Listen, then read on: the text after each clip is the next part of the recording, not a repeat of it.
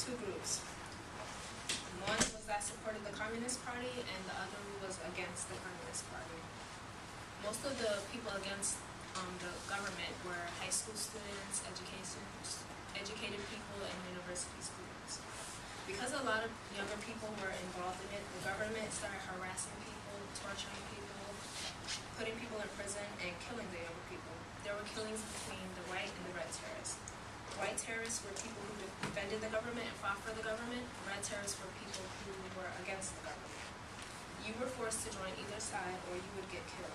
The government thought that everyone was against them, and they did everything they could to stay in power. My family decided it was best for me to leave the country.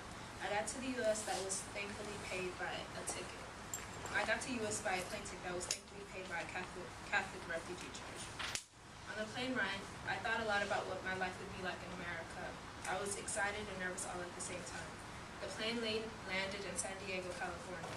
I remember my brother picking me up from the airport. We drove to his house. From then on, I lived there for a couple of years. Living with my brother and his family became like a second home to me. After being in America a while, I felt very lonely and confused. This happens to everyone who gets to a new country. It gets very lonely and I had nothing to do. At the same time, I was happy and relieved to be away from Ethiopia. The hardest thing I had to face in this country was definitely communicating with people because of my lack of English.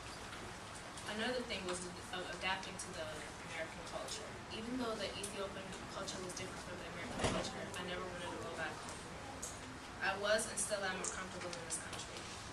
There aren't as many opportunities back home like there are here in the U.S.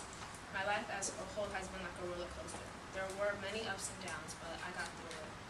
It definitely hasn't been like a river, calm and steady. I wish it was, though. The lesson I learned coming to this country was that I learned to stand up for myself and stand on my own 2 feet. Even though if you come from a poor country, you can make it in a civilized country.